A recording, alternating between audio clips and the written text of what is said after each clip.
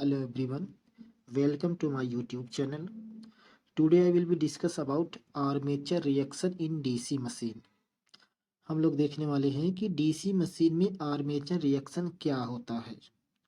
तो आपको पता है कि किसी भी मशीन में दो फ्लक्स आपके होते हैं, प्रेजेंट होते हैं। पहला आपका होता है फील्ड फ्लक्स जिसे हम लोग मेन फ्लक्स बोलते हैं। दूसरा आपका है आर्मेचर फ्लक्स। ठीक है, अगर सीधे सीधे देखा जाए तो हम ये बोल सकते हैं कि जो मेन फ्लक्स पे प्रभाव पड़ता है आर्मेचर फ्लक्स के द्वारा, उसको बोलते हैं आर्मेचर रिएक्शन। यहाँ देखिए लिखा है in a DC machine two kinds of magnetic flux are present. इसका मतलब क्या है कि आपका जो मशीन है उसमें दो फ्लक्स प्रेजेंट है, armature flux and main flux. ठीक है, the effect of armature flux on the main flux is called armature reaction. हमने अभी बताया कि जब मेन फ्लक्स पे प्रभाव पड़ता है आर्मेचर फ्लक्स के द्वारा तो उसी को बोलते हैं आर्मेचर रिएक्शन। देखिए मेन फ्लक्स क्या है आपका, we have assumed that the only flux acting in a DC machine is that due to the main poles called main flux। देखिए हम लोग क्या करते हैं, डीसी मशीन में अगर एक ही फ्लक्स है तो उसको हम लोग क्या मान के चलते हैं, मेन फ्लक्स। क्योंकि उस समय फिर आप जो मशीन है डीसी मशीन वह नो लोड पे कार्य कर रहा है। जब नो लोड पे कार्य कर रहा है तो आर्मेचर में कोई भी फ्लक्स उत्पन्न नहीं होगा, तो इसलिए हम उसको क्या बोलते हैं कि जो फ्लक्स उसमें जनरेट हुआ है वो क्या है, वह मेन फ्लक्स है। ठीक है, आर्मेचर फ्लक्स देखते हैं क्या है। Armature flux when current flowing through the armature conductor also create a magnetic flux called armature flux। देखिए जब हम सप्लाई देते हैं तो इसमें मोटर में या मशीन में की बात कर लिया जाए तो जो मेन फ्लक्स होता है वो जनरेट होगा, वो क्रिएट होगा। उसकी वजह से क्या होगा, ईएमएफ इंड्यूस्ड होगा। किसमें, आर्मेचर में ईएमएफ इंड्यूस्ड होगा। अब ईएमएफ इंड्यूस्ड होने की वजह से उसमें आईए करंट मतलब आर्मेचर करंट जनरेट होगा। अब आर्मेचर करंट की वजह से क्या होगा, फाइए फाइए क्रिएट होगा। इसका मतलब ये है जो फाइए क्रिएट होगा इसका प्रभाव इस पे जब पड़ेगा उसी को बोलते हैं आर्मेचर रिएक्शन। ठीक है, तो आर्मेचर रिएक्शन को समझने के लिए हमारे पास 3 केसेस हैं जो बहुत ही आसानी से समझ में आ जाएगा। बिल्कुल रिलैक्स रहिए। तो चलिए देखते हैं पहले केस 1 में क्या होता है। ये देखिए मैंने 2 पोल लिया है, 2 पोल लेकर यहाँ ये हमारा आर्मेचर है। ठीक, ये एन है, ये एस है, ये नॉर्थ पोल है, ये साउथ पोल है आपका। ठीक है, अब आपको पता है कि जो फ्लक्स होता है नॉर्थ पोल से होते हुए साउथ पोल की तरफ जाता है।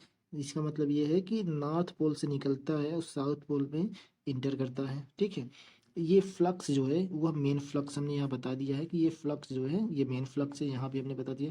और ये जो है आपका ये ब्रश है। ठीक, ब्रश।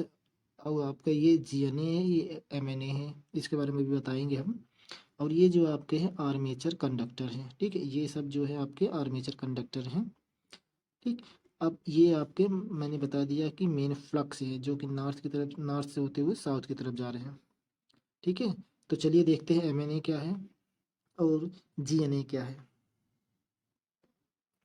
देखिए एमएनए क्या है आपका, मैग्नेटिक न्यूट्रल एक्सिस का पूरा नाम है। ठीक है, और जीएनए क्या है, ज्योमेट्रिकल न्यूट्रल एक्सिस, ये इसका पूरा नाम है।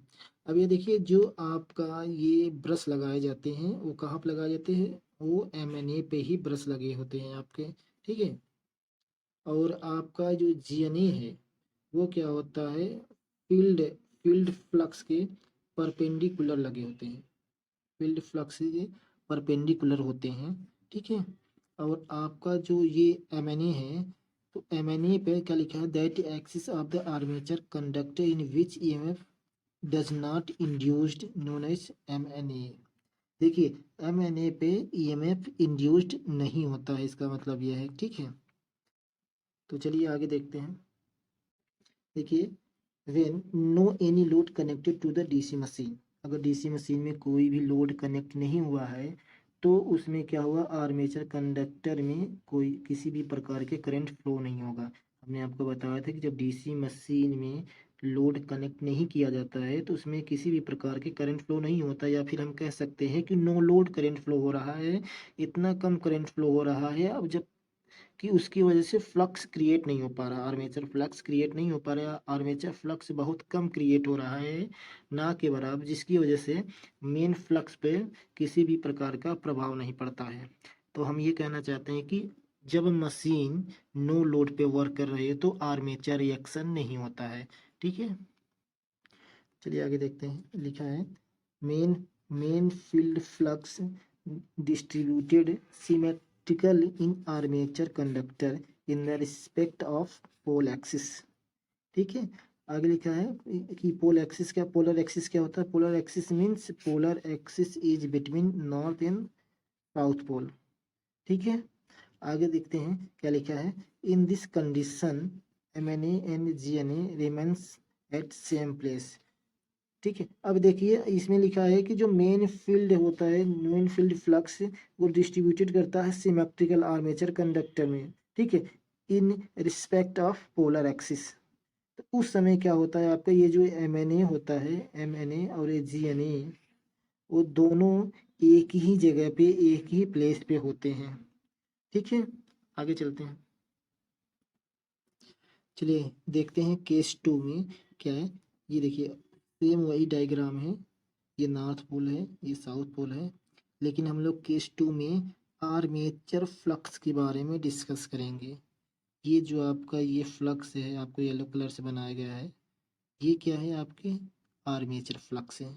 ठीक है, इसमें देखिए ये नीचे की तरफ फोर्स लग रहा है यहाँ पे, ये इस साइड पे आपके ऊपर की तरफ फोर्स लग रहा है। ठीक है, और इस वाले ये जो इस साइड का जो फ्लक्स है वो क्लॉकवाइज डायरेक्शन में घूम रहा है। ठीक, और इस साइड ये GNA MNA की जो हाफ की इस साइड है, पहले साइड है, वो क्या है, फ्लक्स आपके ये क्लॉकवाइज घूम रहे हैं, और इस साइड के जो फ्लक्स है वह एंटी क्लॉकवाइज घूम रहे हैं। एक्चुअली ये फ्लक्स का डायरेक्शन है, आप निकाले कैसे होंगे, पता कैसे चला होगा। तो ये देखिए ये जो कंडक्टर है, कंडक्टर में क्रॉस लगे हुए हैं, अब यहाँ डॉटेड लगे हुए हैं। अब डॉटेड का मतलब क्या हुआ कि करंट यहाँ से बाहर की तरफ निकल रहा है। ठीक है, अब ये क्रॉस जो लगा है, क्रॉस का मतलब है कि करंट अंदर की तरफ जा रहा है, इंटर कर रहा है। जब करंट अंदर की तरफ इंटर कर रहा है तो आपको पता है थम्स रूल क्या होते हैं। थम्स रूल होता नहीं कि ये आपका करंट के डायरेक्शन को बताएगा, ये आपका मैग्नेटिक फ्लक्स को बताएगा। जब करंट अंदर की तरफ जा रहा है तो मैग्नेटिक फ्लक्स का डायरेक्शन ये हो जाएगा। ठीक है, तो ऐसे ये ही आपका कि करंट जब अंदर की तरफ जा रहा है तो ये क्लॉकवाइज में आपका फ्लक्स उत्पन्न हो रहे हैं। ठीक है, बाकी इसमें आगे चल के देखते हैं। यहाँ पे देखिए क्या लिखा, when current flowing through the armature conductor and no current flowing through the field coil. जब करंट आपका आर्मेचर कंडक्टर के थ्रू फ्लो होने लगेगा तो उस समय आपका फील्ड कॉइल के थ्रू करंट फ्लो नहीं हो रहा है। ठीक है, जैसा कि होता है आपको पता है, तो ये चीज़ें हमने यहाँ पे लिख दिया है। बाकी लिखा है so magnetic flux will not produced. ठीक है, अब यहाँ पे मैंने ये बता दिया है कि current in armature conductor, armature conductor में जो डायरेक्शन आपको हमने बता दिया, जो डॉट वाला है, सॉरी क्रॉस वाला है, उस समय क्या होता है, करंट फ्लोइंग इनवर्ड, अंदर की तरफ जा रहा है। ठीक है, और ये डॉट वाला है क्या है, करंट फ्लोइंग आउटवर्ड, इसका मतलब है करंट बाहर की तरफ निकल रहा है। ठीक है, आगे दिखा है, आगे देखते हैं। Due to current in armature conductor magnetic flux produce. मैंने आपको पहले ही बताया था कि ये जो देखिए, आप फिर से बता दे रहा हूँ, due to current in a armature conductor magnetic flux produced. अब जो मैग्नेटिक फ्लक्स होगा, जो प्रोड्यूस होगा, किसकी वजह से होता है, आर्मेचर में जो कंडक्टर फ्लो हो रहा है, सॉरी आर्मेचर कंडक्टर में जो करंट फ्लो हो रहा है उसकी वजह से हो रहा है। ठीक है, तो चलिए आगे देखते हैं। देखिए ये जो मैंने आगे लिखा है ये पहले हमने बता चुका हूँ, तो मैंने यहाँ लिख भी दिया है कि when current flowing inward in a conductor direction of the magnetic flux remain clockwise. ठीक, अभी हमने ये चीज़ बताया था, क्लॉकवाइज एंटी क्लॉकवाइज। ठीक, नेक्स्ट है क्या, वो ये भी लिख दिया हमने, direction of the current in a armature conductor determined by the Fleming right hand rules. ठीक है, अब हमको क्या होता है, करंट की डायरेक्शन अगर हमको निकालना होता है तो हम लोग क्या करते हैं, एक फ्लेमिंग से राइट हैंड रूल से वो जो कि जनरेटर में यूज किया जाता है, जनरेटर में लगाया जाता है। ठीक है, अप्लाई की जाती है। नेक्स्ट क्या है, आगे ये भी हमने लिख दिया है कि जो राइट हैंड थंब रूल्स है, जो कि हमने आपको बताया है कि इसमें क्या करते हैं, direction of the magnetic flux, magnetic flux find करना होता है। हम लोग क्या करते हैं, armature conductor determined by the right hand thumb rule. ठीक, ये भी हमने आपको अभी बताया था कि थंब रूल का यूज किया जाएगा, तभी हम लोग क्या करते हैं, मैग्नेटिक फ्लक्स के डायरेक्शन को निकाल पाते हैं। ठीक है, तो चलिए केस नंबर 3 देखते हैं। देखिए, केस 3 में क्या है, हमने इसमें दोनों फ्लक्स को दिखाया है। ठीक है, ये देखिए NCS की तरह जो ब्लैक पेन से हमने दिखाया है, ये आपका क्या है, मेन फ्लक्स है। ठीक, अब ये जो आपका आर्मेचर है, ये ब्रश है दोनों। ठीक है, और ये जो फ्लक्स हमने दिखाया है, ये आपके आर्मेचर फ्लक्स है। ठीक है, और ये आपके MNA GNA ये ब्रश लगा हुआ है, ये हमने दिखा दिया। यहाँ पे हमने ये भी लिख दिया है कि ये मेन फ्लक्स है। अब देखिए, अब क्या होता है कि यहाँ पे ये जो मेन फ्लक्स हो रहा है, N से S की तरफ जा रहा है। अब इसमें क्या होता है, जो आर्मेचर का फ्लक्स होगा वो क्या करेगा, यहाँ पे देखिए, आप ध्यान से देखिएगा, ये जो फोर्स लग रहा है यहाँ पे, इसका फोर्स, ये आर्मेचर फ्लक्स का इधर ऊपर की तरफ लग रहा है, इधर नीचे की तरफ लग रहा है, फिर यहाँ भी नीचे की तरफ लग रहा है, यहाँ पे ऊपर की तरफ फ्लक्स लग रहा है, फोर्स लग रहा है। ठीक है, अब जब यहाँ से फ्लक्स निकलेगा तो ये जो आर्मेचर फ्लक्स क्या होता है, फोर्स की वजह से ये क्या होता है, थोड़ा सा ऊपर की तरफ इसको उठा देता है। ठीक है, उसके बाद ये जब ऊपर जाने लगता है, यहाँ से ऊपर से क्या होता है, ये इस साइड जब आएगा तो ये जो देखिए फ्लक्स नीचे की तरफ आ रहे हैं, तो ये जो फोर्स रहेगा वो फिर फोर्स क्या करेगा, नीचे की तरफ लगाएगा, तो मेन फ्लक्स जो है फिर नीचे की तरफ थोड़े से झुक जाएगा, फिर नीचे की तरफ जा रहे हैं। फिर यहाँ पे देखिए, जाते जाते यहाँ पे फिर से फ्लक्स जो है, आर्मेचर फ्लक्स, वो और नीचे की तरफ फोर्स करेगा, तो आप ये जो मेन फ्लक्स है वो और नीचे की तरफ आ जाएगा।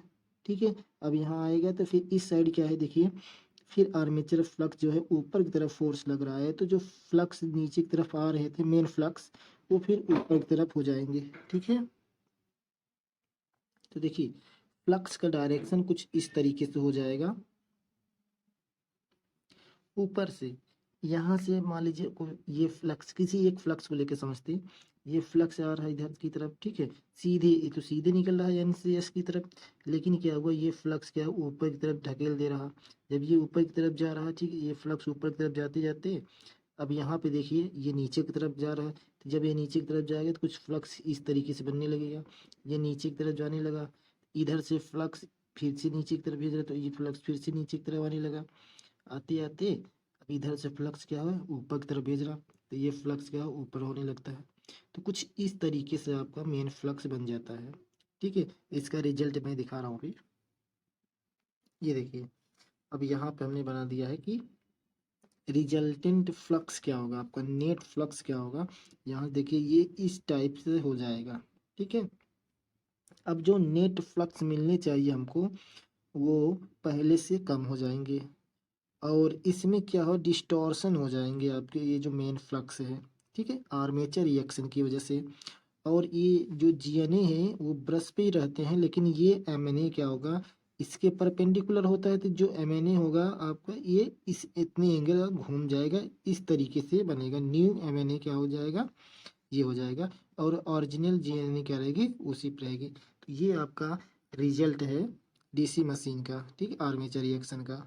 ठीक है, इसमें देखते हैं, थोड़ी बहुत लिखे हैं, आप लोग भी नोट डाउन कर लीजिए। देखिए, when current flowing through the armature conductor and as well as stator coil या फील्ड coil। ठीक है, इनका कहने का मतलब है कि जब करंट फ्लो होंगे आर्मेचर कंडक्टर में, तो यहाँ पे देखिए, तो देखिए इसको ऐसे लिख सकते हैं हम, when current flowing through the armature conductor and as well as stator coil या फील्ड coil। ठीक है, then magnetic flux produced at both places stator and rotor, आपको पता है, ठीक है। आगे चलते हैं। DC machine remains with load in this condition when both field interact to each other, then armature flux oppose the main flux। ठीक है, हमने बताया ही था। आगे देखते हैं, ये सिर्फ आप लिख लेना, हमने आपको बता दिया है। आगे देखिए, ये भी देख लीजिए, लिख लीजिएगा। Main field flux distorted by armature flux, ये चीज़ मैंने पहले भी बता दिया है। बाकी यहाँ पे जो मैंने अभी पढ़ के बताया है वो भी लिखा है।